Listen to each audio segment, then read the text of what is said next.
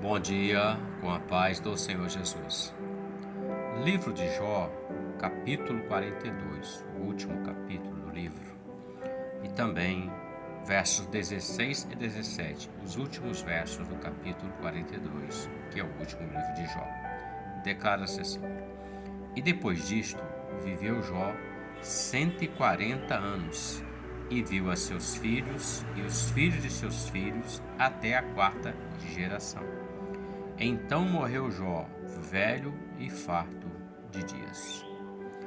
Olhando especificamente para os últimos versos do último capítulo do livro de Jó, nós vamos ver um contraste em relação ao começo do livro.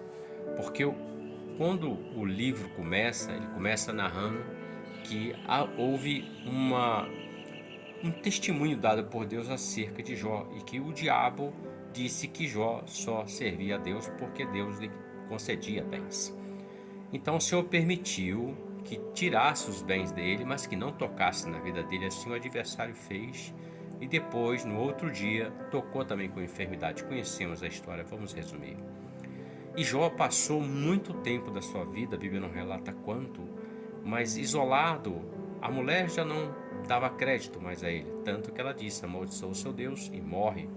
Os amigos que a princípio começaram trazendo uma palavra de conforto, já viraram dizendo: Jó, você errou, confessa os seus pecados, porque isso só está acontecendo porque você errou. E a palavra diz que Jó não negou o Senhor. Jó antes, ele continuou fiel ao Senhor. Diante de todas as suas perdas, a palavra diz que ele adorou o Senhor, dizendo: o Senhor Deus deu, o Senhor Deus tomou, bendito seja o nome do Senhor. Então, quando nós olhamos o começo da história, é boa, e no desenrolar dela, em 2 dias esse homem perde todos os seus bens, todos os seus filhos e a sua saúde. E no decorrer da jornada, os amigos abandonam ele e já estão apontando ele como sendo culpado. É o que acontece com muitos, na verdade. Quando algo acontece com alguém, a culpa é dele. Nem sempre a culpa será da pessoa, é algo que Deus permitiu, porque Deus tem um propósito em todas as coisas. Pois bem, e quando nós lemos aqui os últimos versos, a palavra diz que Jó, ele viu até a quarta geração dos seus netos, os filhos dos seus filhos, e morreu farto de dias com 140 anos. Eu aprendo o que? Essa é a minha reflexão e quero compartilhar para você refletir também.